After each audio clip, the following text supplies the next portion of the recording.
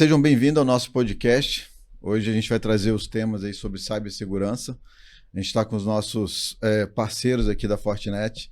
Então a gente vai discutir sobre o atual cenário da cibersegurança, então nível global. E também vamos discutir o futuro, vamos falar um pouquinho de como está caminhando, né, o papel da cibersegurança aí de uma forma global. Estou com Medina, que é responsável por gerente de canais aqui. Ele então vai estar falando um pouquinho do trabalho dele junto à Fortinet. Vitor Pupi, que ele é responsável gestor de área aí de canais. E nosso engenheiro Lauro aí, que ele vai falar a parte mais técnica aí, abranger como que é o papel do trabalho do engenheiro no dia a dia. Então vai ser um bate-papo bem descontraído, a gente vai estar abordando vários assuntos, né? Sempre dentro do tema da cibersegurança, colocando a Fortinet ali como o centro aqui do nosso bate-papo. Eu vou pedir que cada um faça a apresentação. Pode começar para o nosso grande Medina aqui, que já somos amigos há muito tempo, a gente tem um relacionamento muito próximo. Fica à vontade. Pô, Claire, é um prazer estar participando aqui. Obrigado pelo convite. É bom estar com o Lauro e o Pupi. A gente já fala pouco no dia a dia, né? Mas vamos trocar ideia. Acho que vai ser bem proveitoso. Agradeço aí. E, assim, vamos fazer isso ficar bem produtivo, né? Vamos falar de tudo aqui, não tem que se restringir só a esse papo. E lembrando que vai ser um bate-papo natural, a gente vai ficar muito de detalhe técnico, até porque nem é nenhum objetivo. E aí, Vitor? Vou passar a palavra para o Lauro, deixa ele se apresentar. Grande Lauro. Muito obrigado, Claire, obrigado pelo convite. É um prazer sempre conversar com vocês. Acho que vai ser mais um bate-papo que a gente tem casualmente, né? E poder compartilhar também a nossa visão de mercado, a nossa visão de cibersegurança, poder educar, né? Educar o cliente, educar quem está nos ouvindo. Obrigado, Lauro. Excelente. Claire, obrigado. Obrigado pelo convite, é um prazer, uma honra estar aqui debatendo assuntos tão importantes, né? Sobre cibersegurança, sobre o desenvolvimento da parceria, sobre como os modelos, né, de negócios estão sendo implementados hoje em dia, como a gente ajuda nossos clientes, né, a ter segurança e aumentar a maturidade de segurança deles.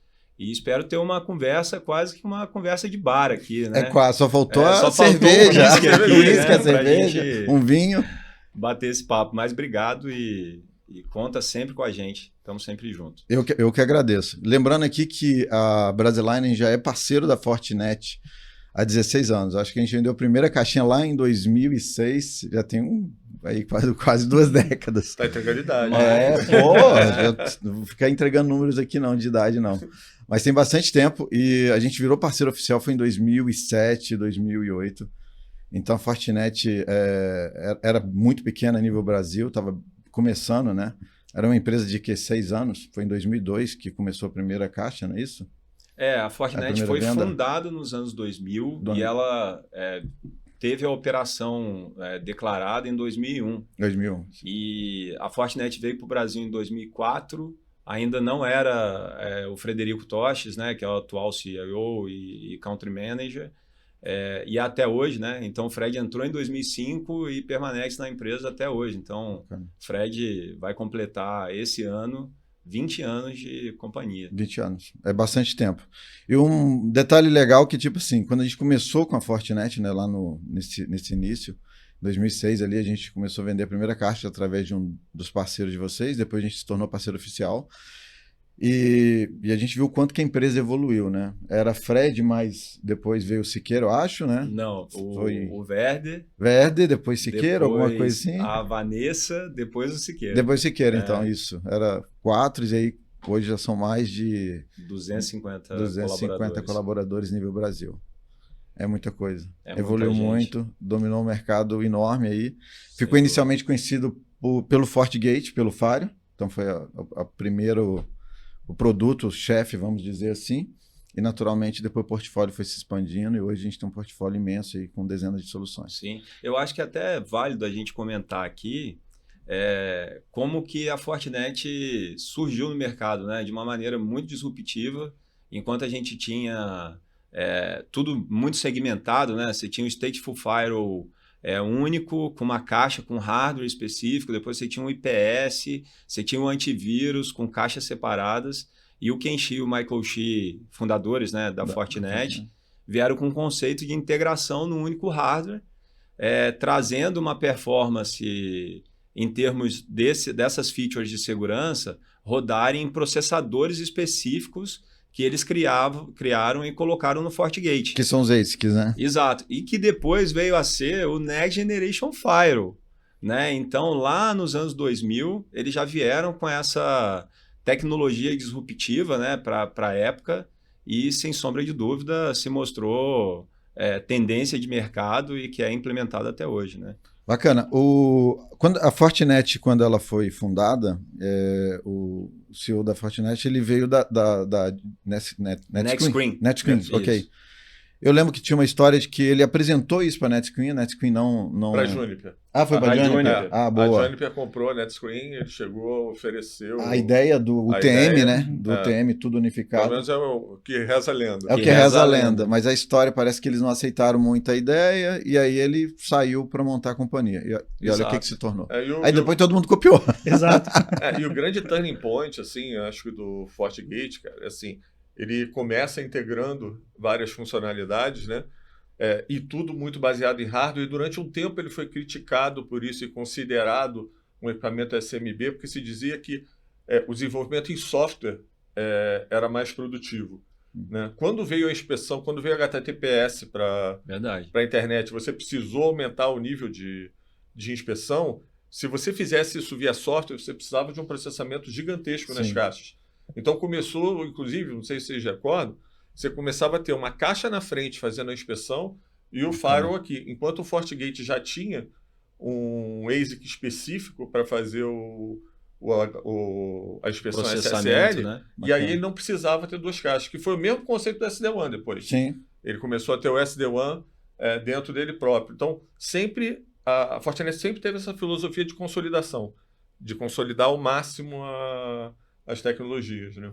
E uma coisa que eu acho incrível, assim, desde o início da Fortinet, com o FortiGate inicialmente, claro, com o Firewall, é que você pegava uma caixa ali pequena, de pequeno porte, uma caixa de small business lá, e uma caixa grande para enterprise, todas elas com o mesmo software, com as mesmas funcionalidades. Claro que algumas coisas muito específicas que um ambiente maior vai ter, mas assim, o software de operação mesmo. Hoje é assim, né? Até hoje é assim, até hoje é assim. E não só nas caixas, né? Mas também nos FortiOS, softwares e nos files virtuais. Então a gente leva isso, o FortiOS, né? Para todo o portfólio, né? Sim. Incluindo o SASE, né? Exato. Você não tem que se preocupar. E era um problema dos concorrentes que, na verdade, eles tinham versões diferentes de software de acordo com o tamanho da caixa. Exato. Né? Fortinet, não, sempre se preocupou com o mesmo OS ali, independente do tamanho. Isso é um baita diferencial. Sem dúvida. Até o ponto que o Medina trouxe, super importante em relação à eficiência de processamento, né? Que mostra o cuidado que a Fortinet tem com os clientes. Quando a gente olha a curva, eu lembro do NSS Labs, que infelizmente não está mais aqui, né? Mas ele mostrava uma curva de custo versus o processamento, né? O byte processado. O custo do byte processado e a eficiência desse processamento. A Fortinet sempre estava com 99,9% de eficiência, com um custo por byte processado muito baixo.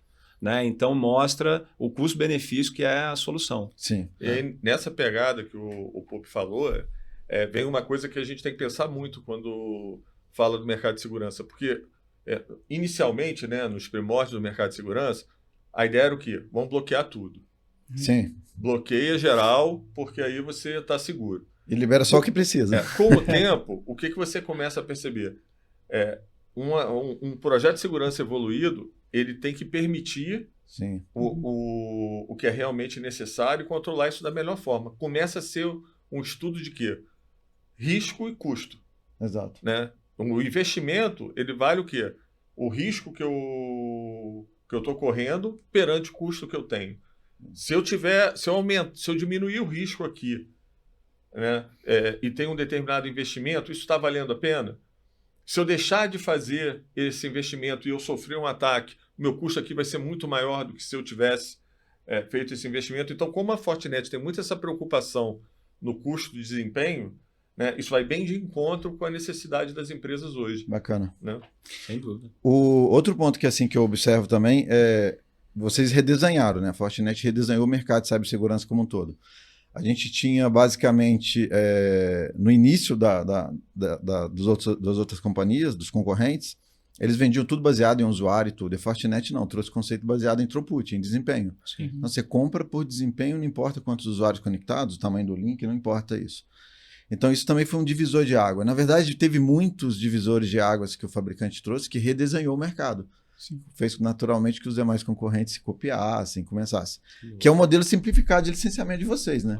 Aquelas siglas, que 300 mil opções, 300 mil linhas lá para você poder licenciar um equipamento, maior complexidade. Na Fortinet você basicamente, vamos dizer, você vai licenciar um Firewall. Escolha lá uma licença Advanced ou uma licença TP e acabou. Tá simples, todos os recursos ali, tem um datasheet mais simplificado. Então, isso tudo trouxe um diferencial grande no mercado e as companhias também aderiram a isso, né? Viu que isso é um divisor significativo. E segue assim, né? Segue assim. E algo que trouxe também essa vantagem para a Fortinet, não só as funcionalidades de segurança camada 7, mas também as funcionalidades de roteamento, né?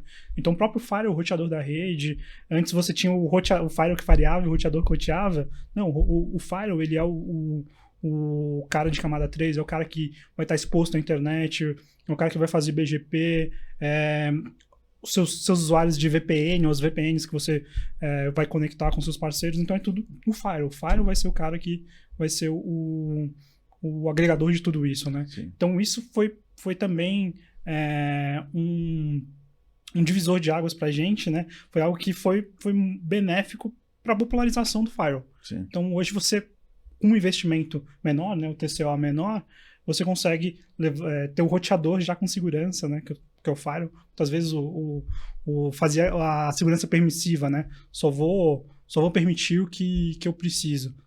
Hoje você precisa de tudo, né? Você vai bloquear o WhatsApp? Não, o seu concorrente vai deixar o WhatsApp aberto, vai falar com o cliente dele, você vai bloquear o ChatGPT? Vai bloquear a AI? Não, você tem que deixar aberto, mas só que você tem que controlar. Você tem que fazer segurança para aquilo. Então, com isso, a gente consegue agregar. E até adicionando um ponto, o próprio SD-WAN, quando a gente começa a ter uma banda larga, de fato, com uma velocidade que permita os usuários trabalharem de casa, ter uma boa qualidade de trabalho remoto, e você ter a possibilidade de comutar links, né? Entrar com mais links, ou N, né? 1 mais N, porque a porta dos nossos firewalls podem se tornar portas de link. Sim, portas virtuais, você pode virtualizar ela, né? Lá, né? E isso é um diferencial, Fortinet gigante, né? E tornar essa porta um SD-WAN, onde você pode comitar de acordo com as métricas, né, de observabilidade do link, que é latência, JIT e throughput. Né, entre outras, né? Entre tem outras. Qualidade o MOS, né? Que é um indicador de qualidade de áudio. Então, vou pegar o melhor link para sair voz, né? Como que eu vou saber que aquele é o melhor link? Não é um monitoramento só de up e down. Ele olha a qualidade do link. Assim, esse que é o se ele ponto. está sendo utilizado a banda que ele tem disponível. Não, aquele link é o melhor link para aquela aplicação, né? E o link está tão barato que possibilita as empresas saírem do MPLS, irem pro fibra, né? Ter dois, três links, muito mais barato do que um MPLS que garante ali a qualidade obviamente do serviço, que possibilita até a gente, né? Eu tenho SD-WAN em casa, Fortinet, o Medina tem, o Lauro tem. Eu também tenho. Né? Você também tem. E a gente nunca fica na mão, fica 100% conectado, né? É isso aí. Não sei se é bom ou se é ruim, mas... Né, pelo menos a gente não tem concorrência de link. Não, que a gente trabalha mais, né? Não isso que acontece. Não, tem meu filho a lá... gente trabalha com eficiência, né? Isso que é legal, né? Isso é verdade. Eu tenho meu filho lá que joga, então não me interessa lá. Eu tô trabalhando e tô nem ligado. Tá lá conectado lá no Fortnite, que não é Fortinet, só para ficar claro, não é dos mesmos sócios, tem nada a ver uma coisa com a outra. Não. Mas enfim, ele tá lá consumindo banda à vontade lá e eu não tô sendo afetado se aquilo tá comprometendo o link. E até destacar aqui para o pessoal, assim, a gente tenta entender por que ainda tem companhia insistindo em PLS, gastando custo altíssimo com links, se você já tem um SD-WAN extremamente consolidado. Né? Claro que a gente está aqui falando da Fortinet, mas tem outros SD-WANs. Então, assim, a gente tenta no dia a dia, como fornecedor, como parceiro MSSP, ainda tentar entender como é que os clientes continuam insistindo em MPLS tão caros, né? Não, o que assim, vocês percebem disso? óbvio. Por que vocês acham que ainda Um pouco do as medo. empresas, é o medo? Um pouco no medo de sair do privado, né, do MPLS, onde você tem um link, você tem uma rede privada ali, né, e ir para a internet, onde é quase obscuro, né, para quem não tem conhecimento. Mas quando você leva o SD-WAN, você tem que levar a segurança, senão você vai ter só basicamente um balanceador de carga na ponta. Perfeito. Sem a segurança no SD-WAN,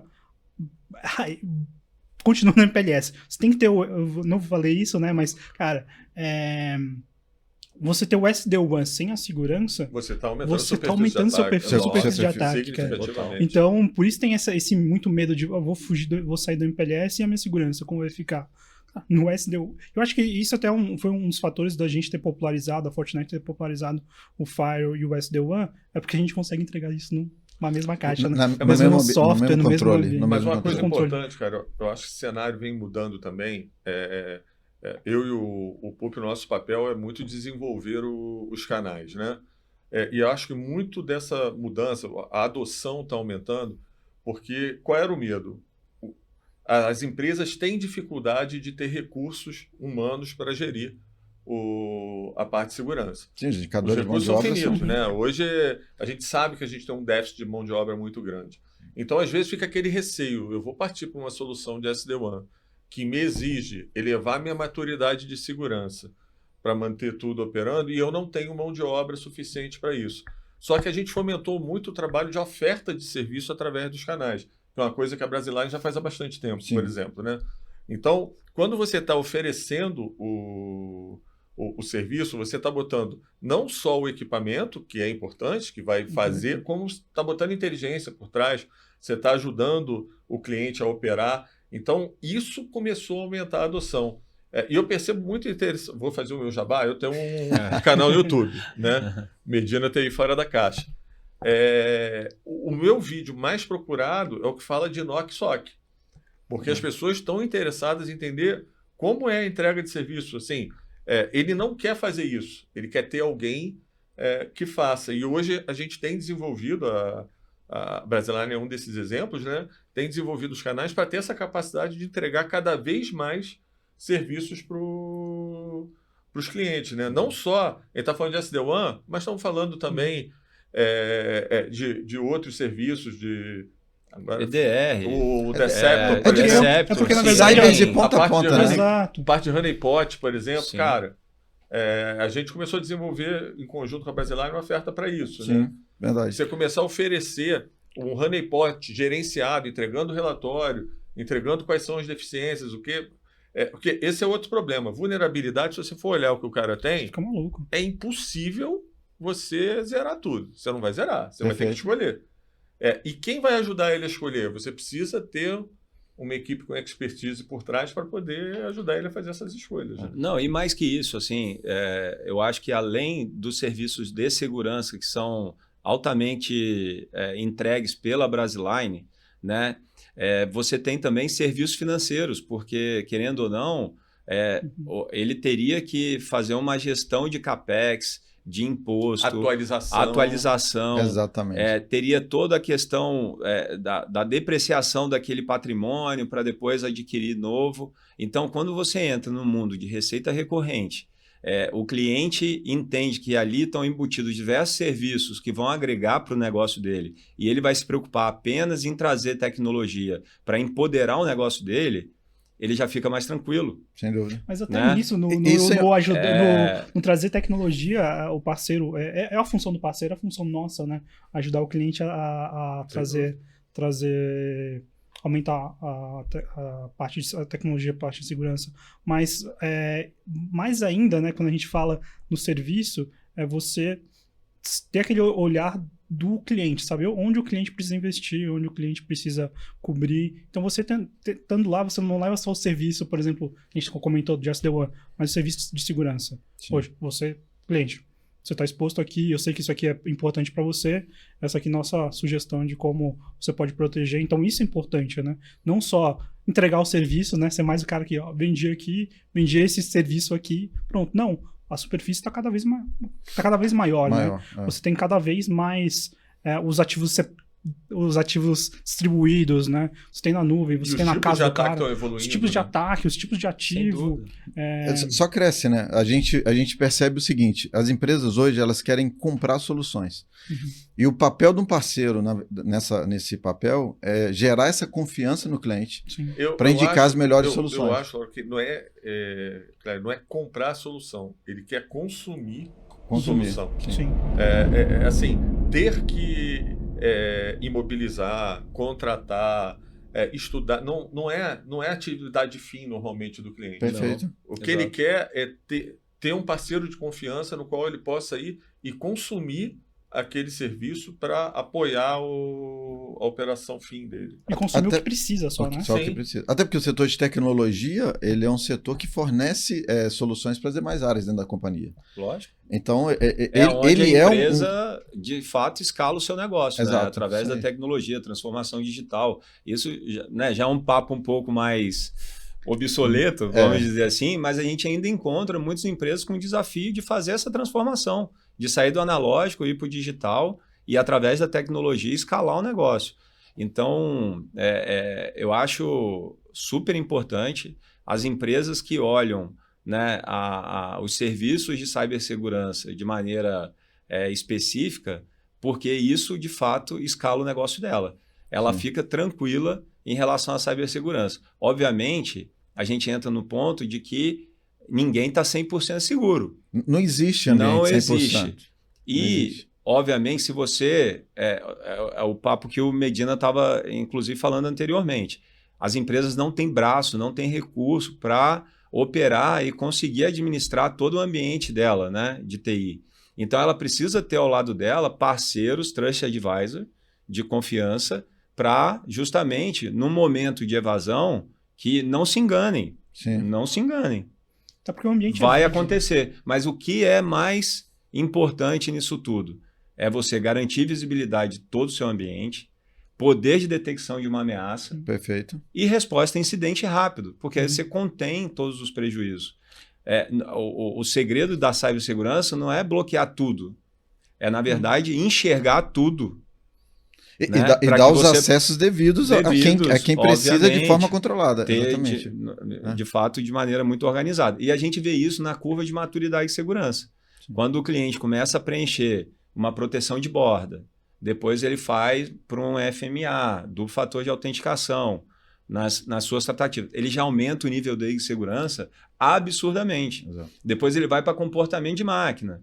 Depois ele vai para IA, automação de processos tradicionais de segurança que ele não precisa enxergar. A Fortinet consegue entregar isso com excelência. Perfeito. E a Brasiline, obviamente, sendo parceiro expert. Então, tudo isso, eu acho que os clientes precisam olhar, de fato, para os serviços de cyber. E falando um pouco nesse assunto, olhando para o futuro. As empresas investidoras estão olhando hoje para o mundo de serviços gerenciados de segurança.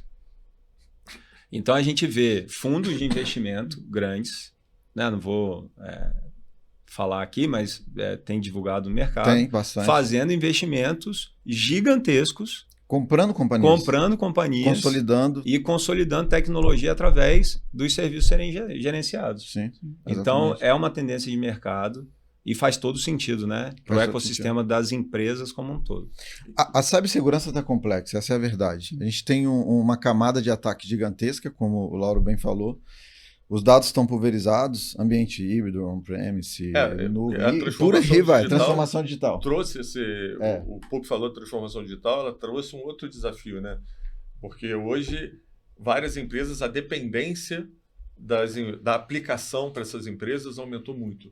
O uso, tem empresas que são uma aplicação, né? Você pensa no Uber, por exemplo. O Uber é uma plataforma, né? É uma plataforma de aplicação. Imagina o Uber fora do ar, o que acontece? Um dia fora do ar. E várias empresas são isso. E aí o que começou a acontecer? A gente falou numa escala de maturidade, essa escala de maturidade inicialmente era no on-premise, né? Total. Em que você era muito tangível, né? Você pensava, por exemplo, segurança de borda. Era muito tangível, você tinha o firewall e fazia proteção de borda. Aí você passa a depender de uma aplicação que ficava muito caro você ficar investindo em crescer ela dentro de um data center próprio, você começa a ir para a nuvem. Quando você vai para a nuvem, você perde o perímetro. Você não tem mais o mesmo controle de perímetro que você tinha antes. Você não passa a controlar mais só o usuário, você começa a controlar a aplicação falando com a aplicação. Você não tem uma nuvem. Você tem multinuvem. Multinuvens. Uma aplicação de uma nuvem falando com a aplicação de outra nuvem. E ela tem privilégio para acessar isso aqui, ela deveria estar tendo essa comunicação. Você começa a extrapolar e você muda o parâmetro. A tua maturidade de segurança tem que ir crescendo de acordo com suas novas necessidades. Exatamente. Você não pode mais encarar da mesma forma que você encarava um ambiente on-premise. E existia um erro recorrente que está mudando. As pessoas achavam que nuvem era lift and shift. Eu peguei exatamente o que eu rodava aqui no data center, joguei na nuvem e vou fazer a segurança exatamente do mesmo jeito. Cara, não vai funcionar. Eu quero trazer um ponto. Não, e até se fizesse a segurança do mesmo jeito que faz no on-premise, até tava mesmo, mas o pior é que utilizam segurança stateful fire, achando que a nuvem é segura. Exato. Quando a própria nuvem diz que ela tem. Muitas vezes eles nem levam um firewall de Exatamente. Muitas vezes nem levam um firewall de nova geração, né, para nuvem, ou um firewall de aplicação para nuvem, porque acham que lá não vai precisar. E estão utilizando segurança, né, de que... E a política de responsabilidade compartilhada... É isso que eu ia falar. Uma coisa que o pessoal precisa entender é o seguinte, nuvem não é sinônimo de segurança. Não é porque você botou os dados na nuvem, eu tenho garantia. Existe a responsabilidade compartilhada. Você podia falar um pouquinho pra gente, Laura, o que é responsabilidade compartilhada? A gente sabe que o data center tem infraestrutura. Vamos falar de um Azure da vida, Sim. de um AWS, enfim. Mas os dados que estão ali dentro é responsabilidade do cliente. Então, como que é essa responsabilidade compartilhada? Porque todo mundo acha, coloquei na nuvem, estou seguro, estou tranquilo. E o cara esquece que não é bem assim. Exato, porque a parte de responsabilidade compartilhada, o que é de cada uma as suas partes, né? Então, depende muito do que você vai levar para a nuvem, o que você vai consumir da nuvem. Quanto mais recursos você consome da nuvem, lógico, mais responsável a nuvem é. Mas o que aconteceu muito foi levar os workloads. Basicamente, você está levando os seus serviços, os seus sistemas operacionais, tudo para a nuvem. Então, e os dados dos seus clientes, né, dos seus usuários para a nuvem. Então, você é responsável de tudo que você levou para a nuvem, Perfeito. não o que você consumiu da nuvem. E o que você consome da nuvem, que é de responsabilidade deles, basicamente a infraestrutura física, o data center, né? Capacidade de processamento. Né? Exato. E quando você começa a consumir mais, por exemplo, microaplicações dentro da nuvem, utilizar serviços de storage da nuvem e tudo mais. Bibliotecas. Que você consulta. Que Exato. APIs. Códigos abertos. Muitas vezes você coloca códigos abertos dentro de uma aplicação. Exato. Lógico que a nuvem começa a ser responsável pela segurança da API ou da aplicação, mas você é responsável pelo que você continua colocando lá dentro. O que você coloca lá dentro? Os dados dos seus usuários, né, os dados dos seus clientes, né, e os seus próprios clientes também são responsáveis por isso, né, então existe todo esse compartilhamento de responsabilidade. Então, quanto mais você levar de dados do seu cliente, mais você é responsável por aquilo. E como que você vai proteger? E tem mais aquilo, né? Pô, beleza, eu contrato da nuvem, eu utilizo a API, eu utilizo o microgerenciamento, então eles são responsáveis por isso. Você precisa ter visibilidade também. Como é que você vai ter visibilidade do que está lá dentro? Às vezes você não tem nem visibilidade do que está consumindo. O programador, descobriu lá um serviço novo que vai ajudar ele numa aplicação, uma microaplicação dentro da aplicação. Ele vai usar e você, às vezes está habilitando, você nem sabe. Você tem a aplicação que faz autoprovisionamento. Exato. Ela está fazendo autoprovisionamento, você não sabe se está levantando aquilo com o perfil de segurança necessário, com tamanho maior do que precisava. De repente você está pagando por algo que... Exato. Até porque a nuvem é cara, né? O sistema de bilhetagem de nuvem por hora, então tempo ligado, carga de trabalho, uma série de coisas. Existe uma tendência grande de tuning, né? De fine tuning para ajustar, porque muitos clientes foram, né? De maneira, naquela época, tentando ir definitivamente para a nuvem e perceberam que estava gastando muito mais do que no mundo on-premises. E aí, obviamente... houve assim um equilíbrio entre o mundo on-premises e cloud, observando que aplicações precisariam estar em nuvem de fato, quais precisam estar in-house e, obviamente, um equilíbrio entre essas forças aí. Bacana. A gente vê que o mundo é híbrido, né? Sim. a gente vê que o modal em relação aos dados é híbrido. Obviamente, precificando aqui cada uma das empresas. Né? Tem empresa que é pura aplicação, como a Medina colocou, e obviamente vai ter todo o seu ambiente nuvem. A indústria, né? A indústria. Então, a gente precisa só precificar isso, mas o mundo é híbrido. É híbrido. Eu quero continuar trazendo um outro ponto, ainda na segurança compartilhada ali. Uma vez que o cliente leva lá sua carga de trabalho para a nuvem, ele basicamente, ele acha, me livrei do Firewall. Não. Me livrei, agora está tudo seguro. E não é, quando você contrata lá, vai lá no Azure, enfim, faça uma contratação muito simples lá, coloca lá algumas máquinas de trabalho, o cara esquece de ler as linhas pequenas e não assina lá um serviço de Firewall. E a gente sabe que o Firewall lá, você pode ir lá e contratar o Firewall da Fortinet como assinatura ou trazer de um provedor MSSP que vai te fornecer aquela licença e ali começar a fazer a gestão daquilo na nuvem. Então eu queria que você comentasse sobre isso um pouquinho, porque assim, não é responsabilidade da nuvem gerir aquela segurança, gerir aquele firewall virtual que está lá. E nem responsabilidade é gerir a rede, né? Exato. Aquela rede que o cliente está construindo virtualmente lá no data center. Aquela rede privada do cliente não é responsável da nuvem, da AWS, esse que é o ponto. Caso, de até fazer a arquitetura, né, disso. E de quem a responsabilidade, querendo ou não, é do usuário da nuvem, né, do cliente. E a gente está justamente para isso, para auxiliar não só na parte de colocar simplesmente um firewall, porque também você pode, legal.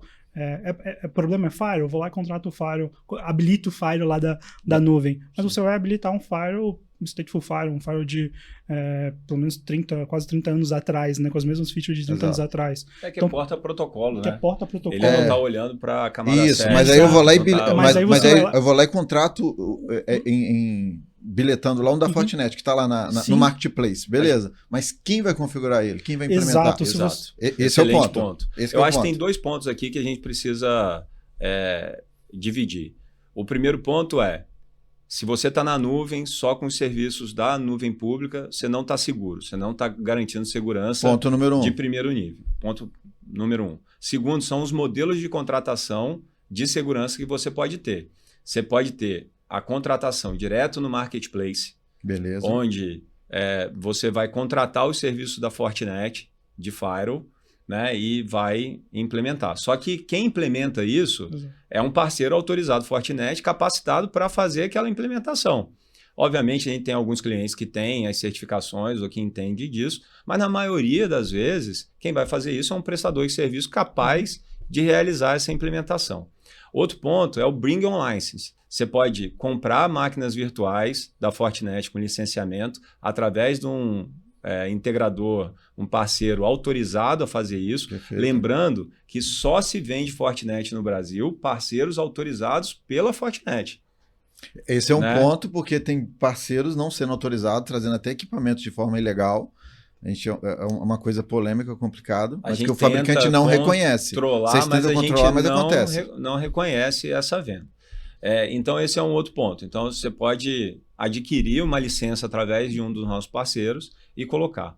Um outro modelo também é a Private Offer, né? Que você, através da Fortinet, parceiros de determinado service provider de cloud pública, que tem parceria com essas clouds, vão poder fazer uma oferta privada diretamente no Marketplace, com um desconto diferenciado daquele que está estanque ali diretamente inclusive a camada de serviço. Camada de serviço, tudo dentro da Private Offer. Então, são modelos diferentes de contratação.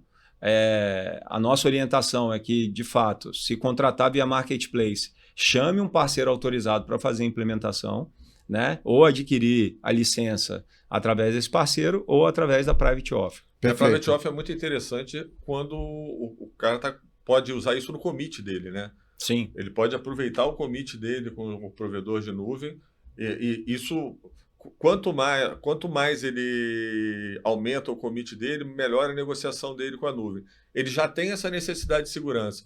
Ele pode incluir isso dentro do pacote, conseguir uma negociação melhor e ter o serviço de segurança por uma condição melhor e os serviços de nuvem também por uma condição melhor. E tudo isso ele só contratou o Firewall, né? Para garantir a segurança, você precisa de fato de um parceiro lá para te ajudar Exatamente. a configurar, senão...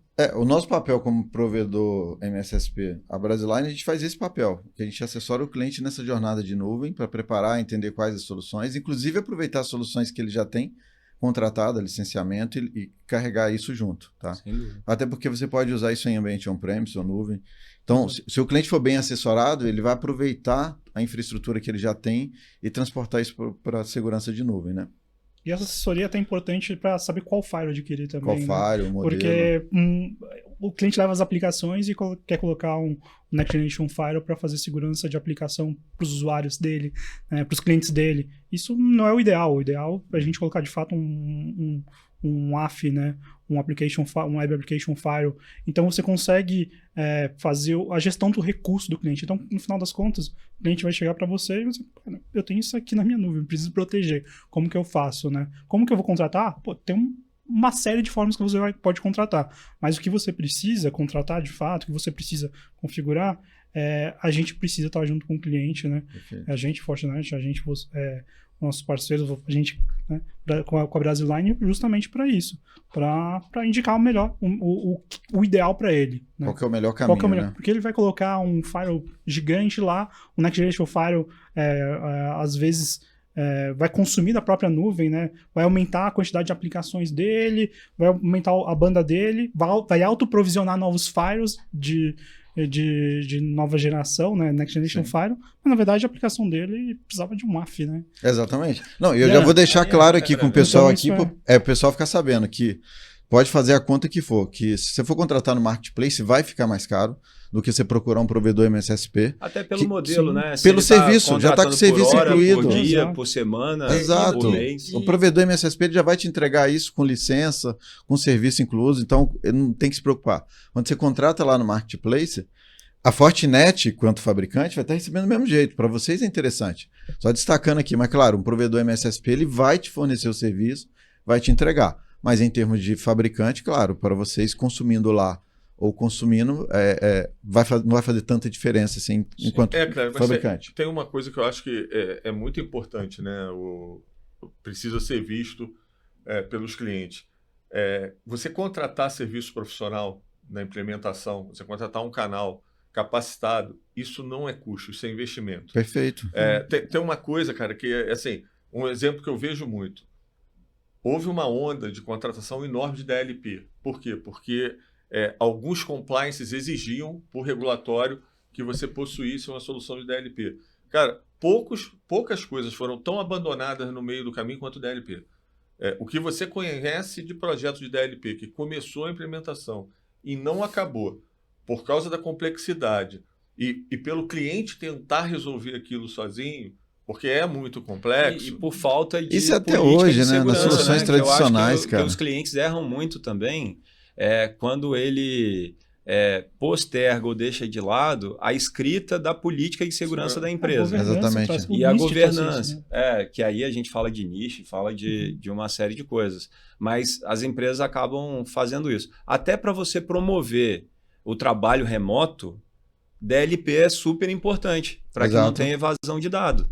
Assim como o CTNA, que a gente vai falar daqui a pouco. Que a gente vai falar daqui a pouco. Eu vou trazer um caso prático aqui, que a gente vive todo dia, como a gente está na ponta final, a gente enxerga de tudo, né? Um cliente de grande porte, umas 40 caixas lá de Firewall, com 2 data center, e ele não tem um serviço gerenciado. Então é CAPEX, compra, renova a licença continuamente. Beleza, ele é responsável por gerenciar o ambiente.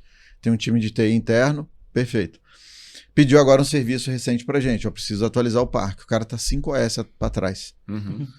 Então, uma mão de obra gigantesca para poder botar o parque dele de Fortinet atualizado. Porque não é papel do fabricante. O fabricante vai fazer isso. Está lançando as features, está tudo lá no portal do parceiro. E ele vai perdendo funcionalidade. Vai perdendo funcionalidade, vai com caixas boas, mas o cara não está evoluindo. Né? E não está nem se atentando. É muito parecido com o iPhone, né? Exatamente. Com os celulares ótima comparação.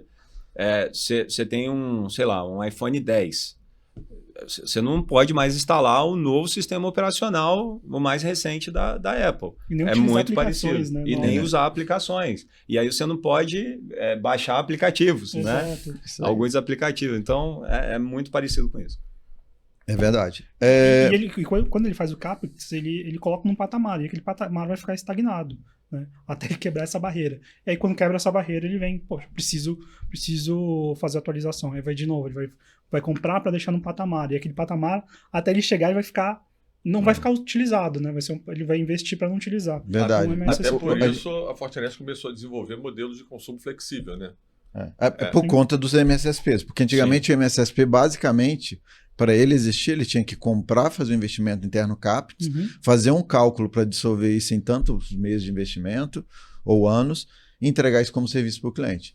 É uma conta um pouco complexa de fazer, que muitos dos parceiros tradicionais de vocês sabem disso. O papel do Medina é desenvolver os canais nesse novo modelo de receita recorrente, mas a gente percebe que é uma dificuldade realmente de precificar. A gente tem muitos anos que está no mercado como MSSP, porque é o nosso principal negócio.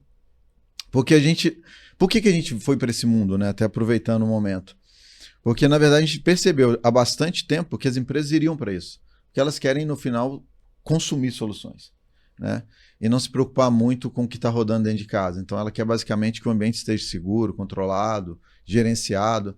Dificuldade de mão de obra não é o core business da companhia. Nós estamos falando de uma indústria que produz caixas d'água, cano, por aí vai.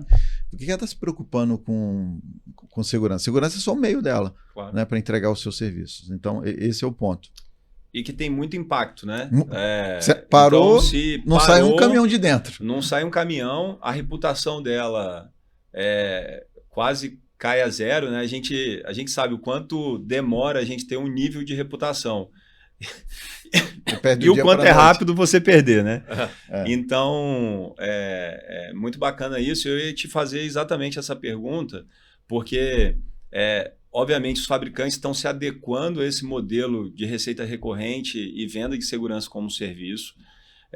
Hoje, a Fortinet já tem soluções dentro do FortiFlex, né, todas as soluções da Fortinet hoje estão presentes de maneira recorrente, o parceiro pagando mensal. Perfeito. E, obviamente, ele replicando isso para o seu usuário no pagamento mensal. Outro ponto que ajuda bastante, aí falando um pouco de macroeconomia, você foge das taxas, né, de custo do dinheiro nacional e passa a ter internacional, que são melhores, né, quando a gente olha esse cenário como um todo, e isso obviamente impacta em resultado ali para os clientes. Essa conta de break-even, de retorno de investimento, quando você coloca dinheiro na frente, num cenário que a gente tem, que às vezes é muito complexo, dependendo de como está a política, né, e como está a situação econômica do país. Cara, você está há 16 anos ou mais fazendo isso. Quais são as lições aprendidas e como você chegou no melhor modelo quando, de fato, existe a compra, ou seja, colocar o dinheiro na frente e esperar até um modelo de contrato, né, que precisa ser feito para que você esteja seguro juridicamente para fazer essa aposta, né? Qual que foi o desafio inicial? A gente conseguiu chegar a uma precificação, né? Muito difícil você medir inicialmente o gasto de força de trabalho, né, de entregar aquilo, além do licenciamento, da compra do hardware e do CAPEX. Esse foi um dos primeiros desafios. O segundo desafio é que você tinha que botar dinheiro na frente. Então, no início da empresa, a gente capitalizou por banco e outros meios, até que a gente chegou em um momento que isso se equilibrou e que a gente começou a fazer com recurso próprio, né? Hoje a gente, 100% da empresa, a gente faz com recurso próprio, não usa mais branco nem nada. Não tinha nada dos provedores MSSP, Fortinet, que é o nosso principal parceiro aí, e outros vendendo modelo de MSSP mensalizado. Então você tem que investir mesmo, comprar licença 1 ano, 2, negociar bem com vocês para conseguir diluir aquilo. Com variação de dólar e tudo. Hardware, a Fortinet consegue ir até um limite, né? Então o hardware, né, que a gente tem que ainda ter soluções on-premises dentro dos clientes, o hardware está fora desse jogo. Exatamente. Né? Só o licenciamento. Então... Só o licenciamento, exatamente. O hardware precisa ser adquirido e tal. Exato. Então é uma conta que tem que levar uma série de fatores. Mas no final do dia, quando a gente começa a olhar tudo, há contrato que ele vai se deficitar, que ele vai ser deficitário, porque você não consegue fechar isso em dólar. Já tentamos fazer negociações em dólar, tipo, vou te entregar 80% como recurso de hardware e software e vou te entregar 20% como serviço, alguma conta desse tipo. né? E aí você vai me pagar esse tanto recurso aqui em dólar, numa variação aceitável. Os clientes não querem, eles querem saber custo fixo. Tanto que as nuvens... Em real, né? É em Eles querem ter real. previsibilidade, Verdade, Então, em real. Você Previsibilidade. você precisa prever num contrato de 3 anos, né? Que geralmente são os contratos vendidos. Exato. A variação cambial, Você tem que... o risco exatamente. político e macroeconômico para poder precificar de uma maneira que você não tenha prejuízo. Exato. Né? Inclusive as nuvens, como a Microsoft, tudo cobrava em dólar. E aí, com o tempo, os clientes não aceitavam essa variação, mas já está tudo em real. Né? Outros fabricantes converteram tabela, como um fabricante de antivírus aí, para modelo real, enfim. Então, mas a gente sabe que, sei lá, 90% ou mais dos fabricantes está tudo em dólar. Então, esse é um desafio que, na verdade, você tem que fazer conta. Mas, assim, no final do dia, se eu pego lá o indicador individual de cliente, tem cliente que está 0 a 0. Mas no bolo todo, o negócio é interessante. Né? Mas, claro, você vai ter risco que você não consegue prever. A gente não ia prever que o dólar no final do ano passado ia bater 6 e lá bolinha. Então, essas coisas não dá para você medir. Então, a economia é muito complexa para se fazer isso, ainda mais num país como o Brasil. Então, a gente tem bastante desafio.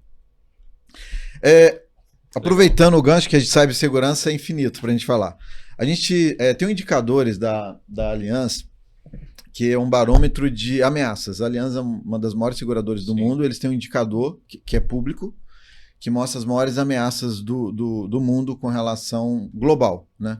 Por que a Allianz faz isso? Porque ela é uma seguradora, ela precisa medir dados para poder precificar seguro. E pelo menos há 3 anos, o risco número 1 é cibersegurança.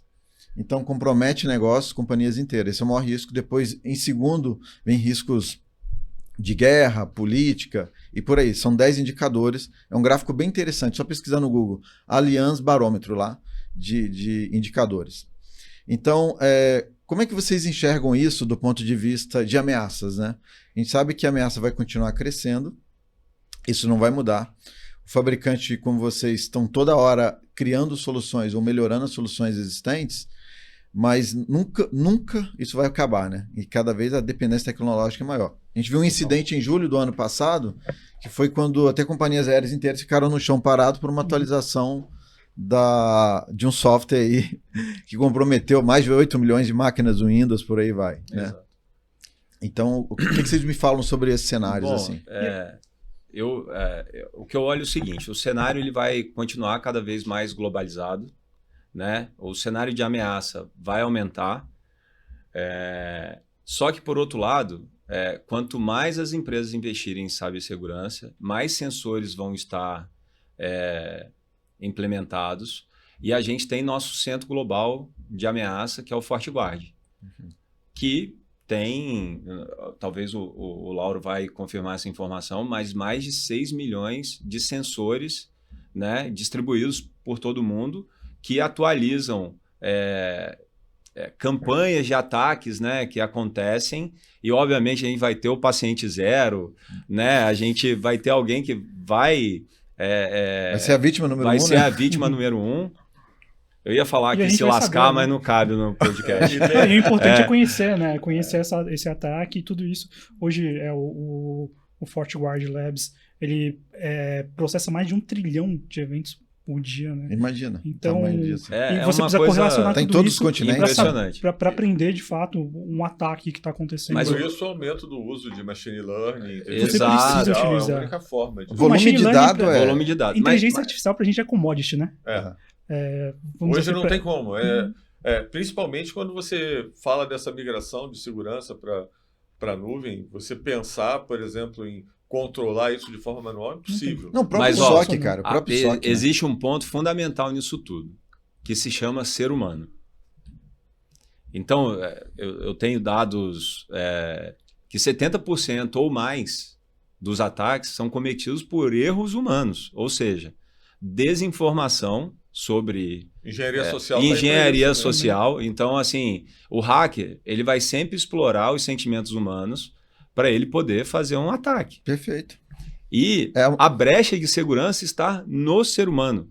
Então, nosso propósito como empresa, inclusive, é promover o conhecimento de cibersegurança para a indústria como um todo e para as pessoas comuns, né? Porque às vezes é muito básico, né? A gente sempre fala, quando a esmola é demais, o santo desconfia. Quem nunca recebeu um e-mail dizendo que era herdeiro de um Exato. rei? Que era herdeiro de um rei na Arábia. Na Arábia, o e-mail lá, um Gmail lá, o cara não, que eu tô querendo doar porque eu não tenho para quem doar, não né? tem para quem doar, quero doar para você. E não é só os ataques não são só promovendo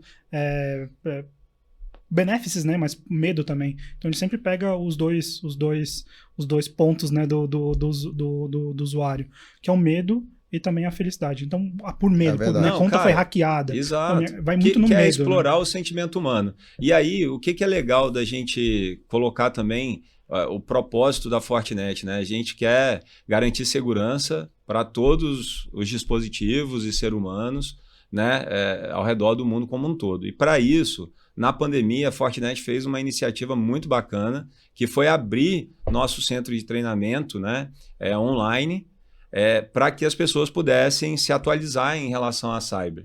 E a gente conseguiu 700 mil certificações incrível, né? básicas, né, de cyber, o que foi muito legal. Né? E a iniciativa do fabricante foi legal, né? Total. E a gente tem uma solução para empresas, né, que se chama Security Awareness, onde a empresa consegue fazer campanhas de treinamentos em relação à cibersegurança, medir a eficiência de cada funcionário e depois promover novos treinamentos. Existe um dashboard onde ele consegue entender quem precisa fazer campanhas de phishing, que é o forte phishing, né? Que a gente acaba entendendo quem de fato precisa de mais treinamento e tudo mais.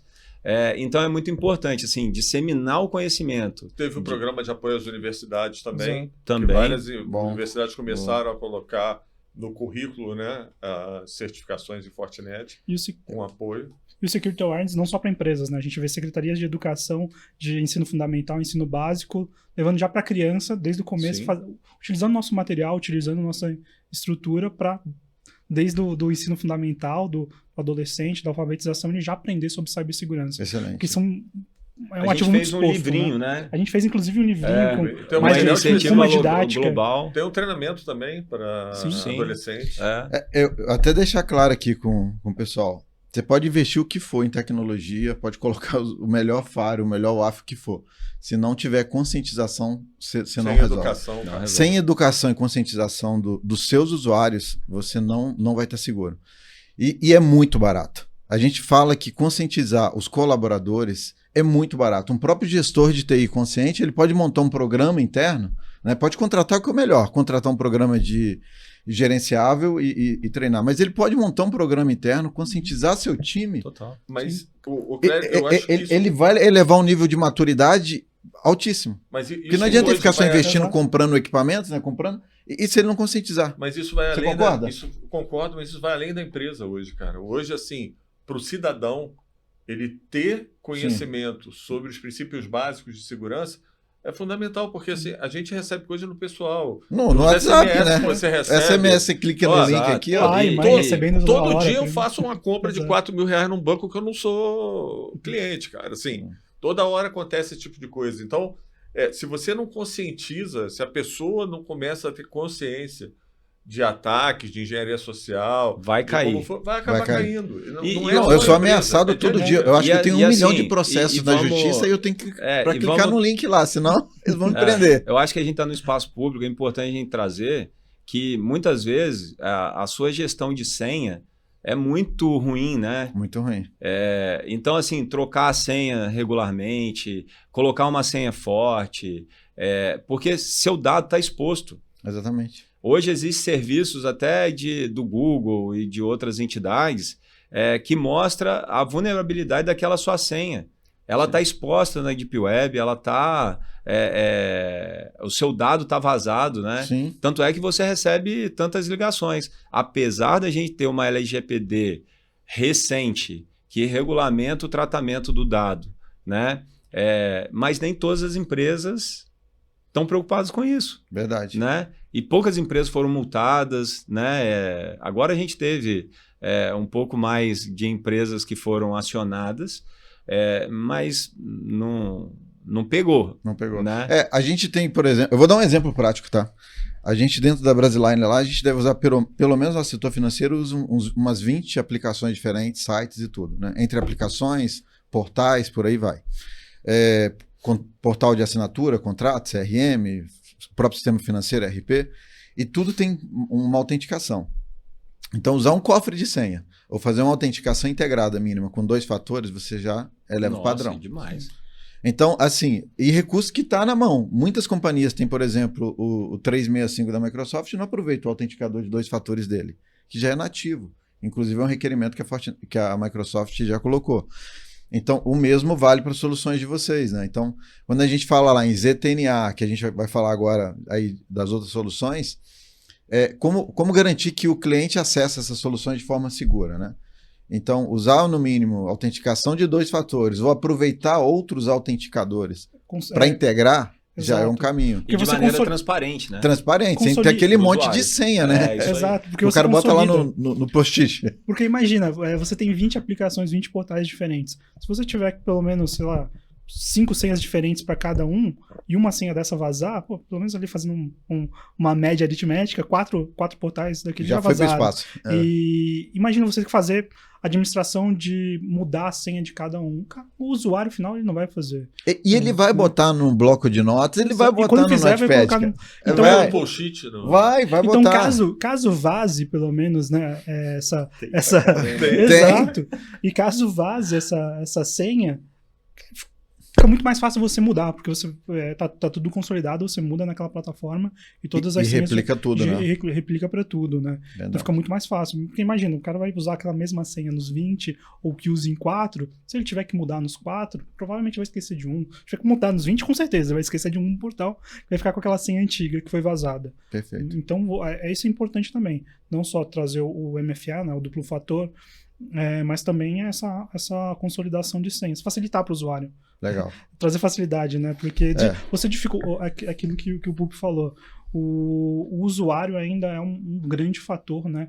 É o cara mais vulnerável, né, do ambiente. Então, você dificultar para ele tecnologia, você está trazendo mais uma vulnerabilidade, você está abrindo ainda mais vulnerabilidades, né? Porque está tornando tecnologia mais difícil. Mais difícil vai cometer erro, vai estar suscetível a erros. Então, você facilita, você diminui a probabilidade do usuário cometer um erro. Tem que facilitar, cara. Verdade. No final das contas, a gente de segurança, a gente não tem que só bloquear ou dificultar o acesso. A gente tem que facilitar. Quanto mais fácil para o usuário, menos erro ele vai cometer. Quanto mais fácil para o administrador da rede for, menos erro ele vai cometer. Né? Então, exatamente. E simplificação. Isso. Eu acho que um ponto do Fabric é a simplificação. Você integra tudo numa única console e não tem aquele monte de vendor diferente. Um monte de solução que você tem que gerir. Então, um monte de console diferente. Um monte de console, dado espalhado para todo lado. Esse é um complicador. Esse é um ponto que eu queria falar. Atrapalha na resposta a incidente. Exato, porque você tem que acessar 10 consoles diferentes para fazer... Se você tem uma visão geral do todo e consegue entender aonde, de fato, foi o problema, você consegue...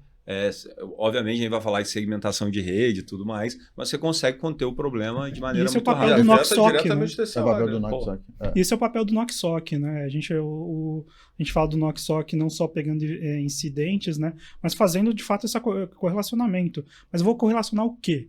Você precisa ter os sensores na ponta, você precisa ter não só o antivírus tradicional, mas precisa ter um endpoint protection que ele já vai ver comportamento, vai precisar firewall vendo comportamento, o NDR, né, na rede, paralelo vendo comportamento, porque daí de fato você vai ter aqueles incidentes não só sendo correlacionados e criando de fato eventos de segurança, né?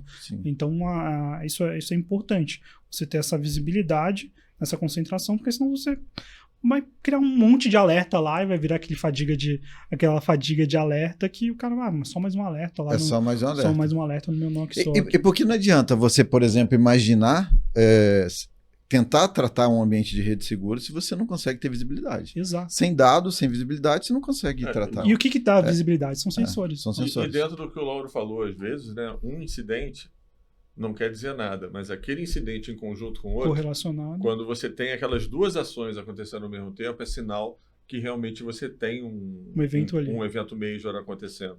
Então, a correlação é importante porque você não pode trabalhar de forma isolada, você tem que olhar o comportamento do ambiente como um todo. Perfeito.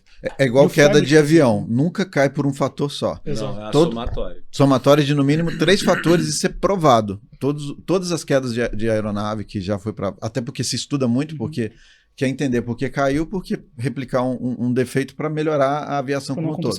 Para não acontecer de novo. Mas já se estudou e está mais do que provado. No mínimo 3 fatores para que uma aeronave caia, sofra um acidente. Mesma coisa que o Medina falou, né? Você não tem um fator só. É um combinado de fatores. A gente, só para deixar claro, a gente falou agora de gestão de identidade, que é quando a gente fala essa gestão de senhas, esse controle unificado, né? Então a gente é mais conhecido como gestão de identidade. E a Fortinet, para deixar o público mais ciente, não é sinônimo só de FortiGate, né? Esse é um dos mitos que a gente quer agora explorar um pouquinho, que a Fortinet inicialmente veio com FortiGate, que é o FAR, se tornou extremamente conhecida, só que o portfólio é gigante hoje. Então, eu queria que a gente explorasse um pouco, a gente já está esgotando o nosso tempo aí, mas explorar um pouco sobre o ZTNA, a gente falar aí sobre essas outras soluções, como o PAN, que agora vocês têm no portfólio, né?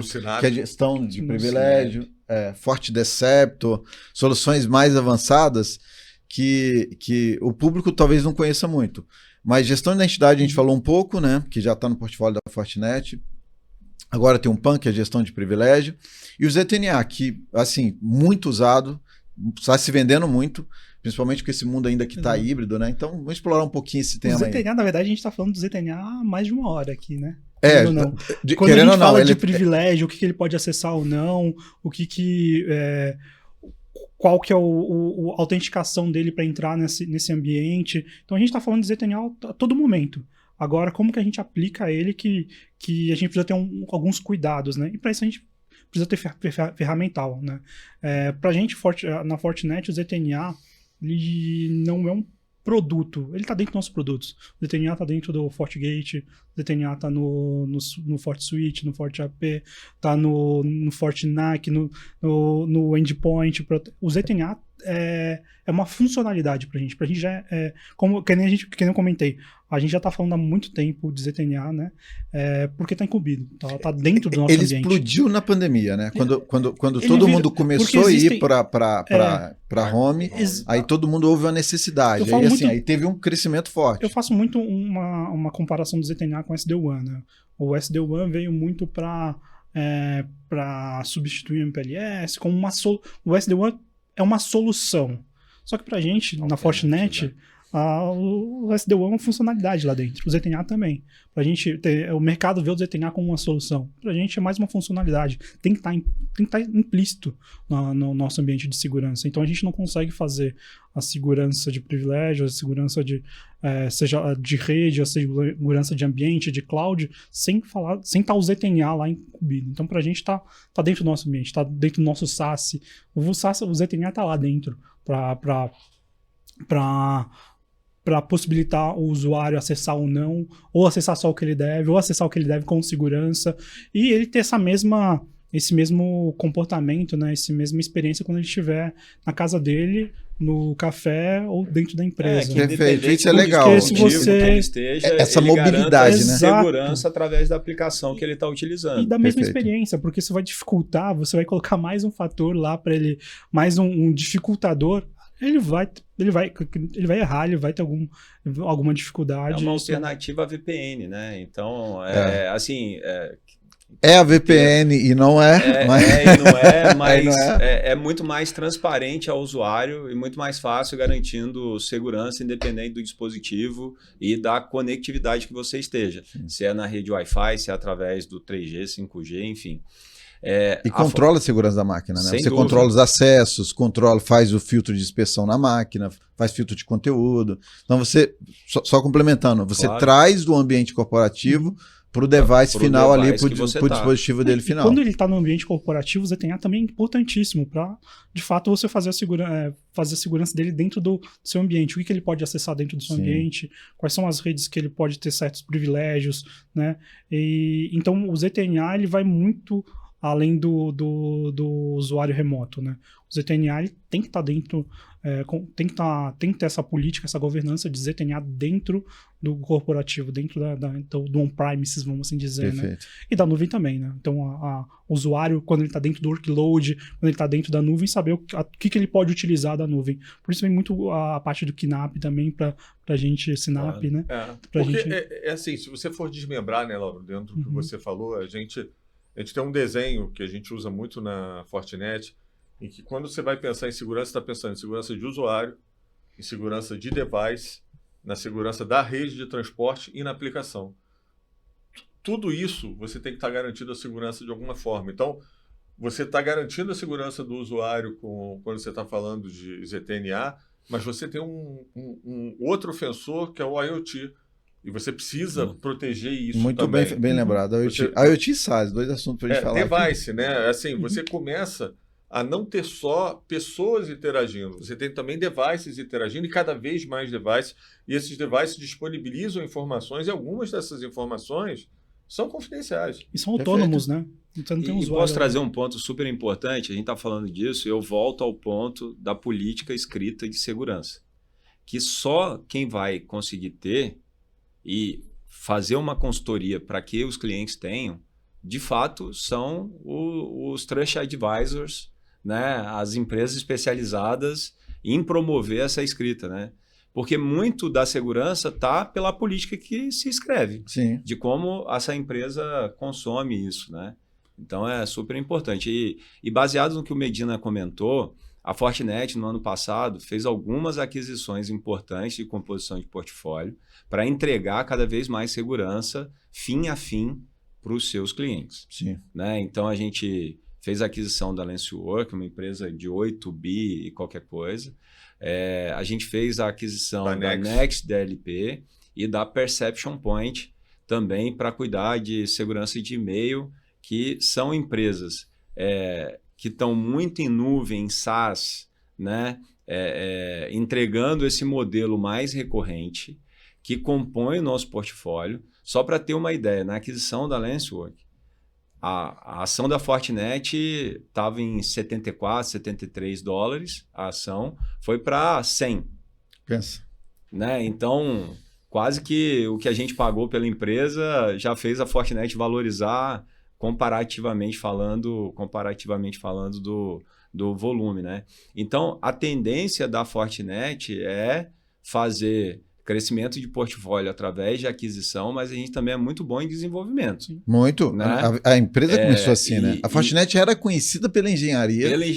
Até hoje. Eles falavam que era ruim de venda. Tipo assim, a Fortinet não sabe vender. Isso lá atrás, tá? Mas porque a Fortinet era uma empresa muito nativamente de engenharia. Foi fundada por engenheiro e tal. Então, e todo mundo é engenheiro, cara. Porque exato. Assim, por mais que eu esteja na área de canais, eu sou engenheiro. O Medina está na área de canais, é engenheiro. Você é engenheiro, ele é engenheiro. Então a gente está falando de um público que tem um viés um pouco mais técnico, né? Busca, tem curiosidade, quer entender. Então a gente está muito enraizado nisso. A maioria das pessoas que trabalham na Fortinet tem muito essa característica, né? Sim. E a tendência é a Fortinet sempre compor esse portfólio, observando muito o MSSP, né? A gente vai estar sempre no Fabric. E sempre integrando no Fabric. Ou seja, a perspectiva de aquisição da Fortinet, ela parte do princípio de interoperabilidade. Perfeito. Então, nossas soluções vão sempre falar um único sistema operacional, o FortiOS. Perfeito. Então... A Next, por exemplo, quando a gente comprou, já era totalmente integrada. Já era Fabric Ready. Né? Então, vocês adquirem uma companhia, né, integra toda a expertise dela e aí faz a integração com o Fabric, isso que é legal. E o Fabric também integra com outros vendas, né? Isso é um ponto para destacar. A gente tem não é um negócio fechado. Em que a gente tem interconexão com vários vendas. Inclusive, algumas soluções são desenvolvidas levando em consideração a conexão com o nosso ecossistema. Sim. Né? Porque, na verdade, por mais que a Fortinet tenha um portfólio fim a fim, você vai ter outros vendas que você vai ter que se conectar, porque ela não vai reinar sozinha no mercado. Então, é um ecossistema aberto, né? Mencionar, hoje, o market share de dispositivos de segurança no Brasil, da Fortinet, é de 74%. E a gente não está falando só de Firewall. a gente está falando de sensores de segurança espalhados, né? 74% no Brasil e 69%, 70% na América Latina. Então, é de fato um share muito grande. Enorme, né? enorme. Que a gente precisa um domínio manter, de mercado né? gigantesco, né? A pergunta, para a gente já estar no finalzinho aí, você falou de SaaS, né? E aí, qualquer um de vocês aí podem responder. O futuro é SaaS? Né? A gente está vendo que as companhias estão indo numa jornada de nuvem continuamente e cada vez mais mobilizando as aplicações, dados, tudo para a nuvem, né? E aí o SaaS começou a crescer, né? E a ideia é, o mundo vai ser isso? A ideia vai acabar com essas pontas finais, com os firewalls de borda, de ponta? O que vocês acham disso? O futuro vai ser SaaS também. Também. Você precisa ter os dois, né? Sim. Você precisa ter um modelo híbrido. As companhias estão vendo isso. A gente está... Você está híbrido, você está fora. A gente está híbrido, fora. O SaaS, ele é inevitável. Você vai precisar. Mas como agora, acho que o maior desafio vai ser... hoje é como integrar o SaaS, que é inevitável, com o seu ambiente on-premises. Para a gente, tá sendo fácil, né? Modéstia à parte, até tá sendo fácil. Justamente por essa cultura nossa de ser sempre integrado, sempre uma plataforma única, uma plataforma, né, tanto de segurança de rede, SOC e cloud. Pra gente tá sendo fácil esse novo futuro. Mas o SaaS, o que basicamente é o SaaS? Você leva todas as funcionalidades que você daria segurança para o seu usuário no escritório, onde ele estaria sentado conectado, para seja lá onde ele estiver, conectando a nuvem. Você gerencia lá na nuvem, lá Exato. Filtra, controla tudo e esquece a ponta final. O que tá tudo lá. Você tem controle de aplicação no seu escritório? Tenho. Tem controle de web filter no escritório? Tenho. Tem o DLP no escritório? Tenho. Então, tudo isso que você tem no seu escritório, em vez de você levar do usuário levar um FortiGate debaixo do braço, seja lá onde ele estiver, não, ele vai conectar a cloud da Fortinet. E lá gerencia tudo. E lá vai estar, vamos dizer assim, o FortiGate. Mas vamos pensar na prática. Vamos pensar na prática. A própria evolução, o SaaS foi um termo cunhado pelo Gartner. Sim. A própria É evolução. uma arquitetura. Mas olha só, se você for acompanhando a evolução da definição, porque a definição foi mudando com o tempo. Se você ler a primeira definição de SaaS, na verdade era SSE. Na verdade, a primeira definição de SaaS era um serviço SSE.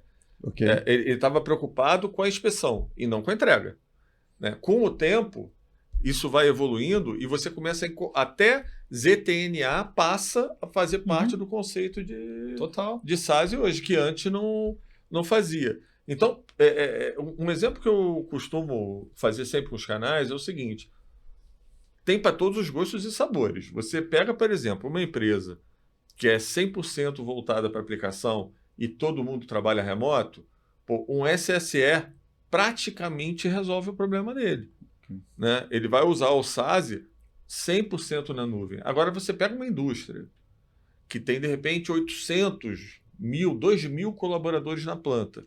Todos eles se conectando. Imagina o tamanho um monte de device. É isso. Cara, isso você vai realmente jogar isso tudo para inspecionar na nuvem? Não faz sentido.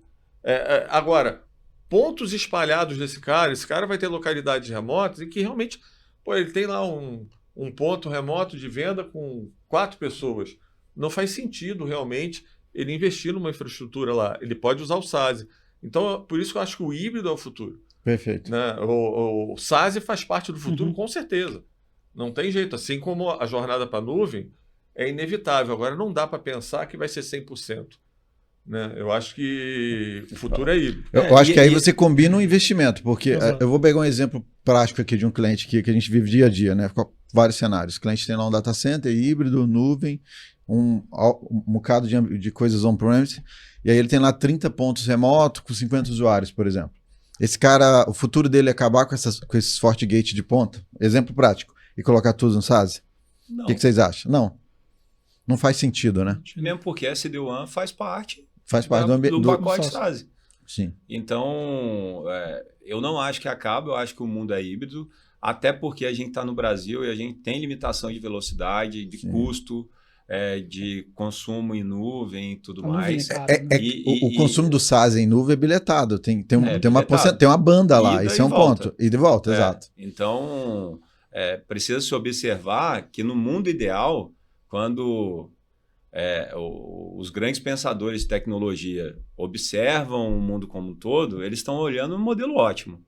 Agora, quando a gente vai para a prática e para a realidade, obviamente, quando a gente está em São Paulo, com uma oferta de banda e uma oferta de nuvem que a gente tem aqui alta, faz todo sentido.